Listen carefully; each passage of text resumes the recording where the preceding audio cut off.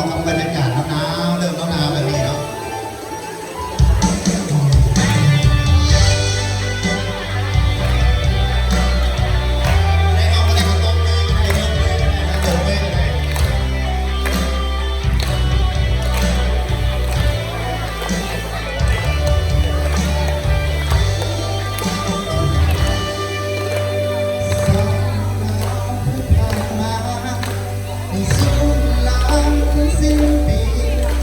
ลูกกาสุดใจ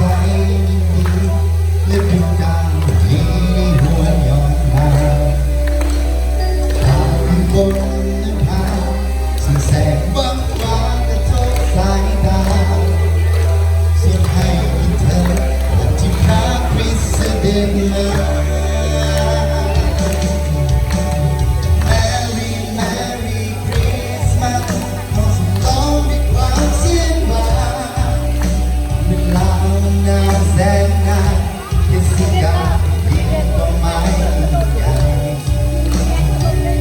มองไปที่ใดแสงไฟงดงามหลากหลายคนมากมายขอใจในวันที่สำคัญพื้นที่แห่งน้ำพระองค์เป็นคนดังในทางงานเพื่อทำกระดาษสีส้มดีกันเมื่อนั้นเราคือสุวรรณ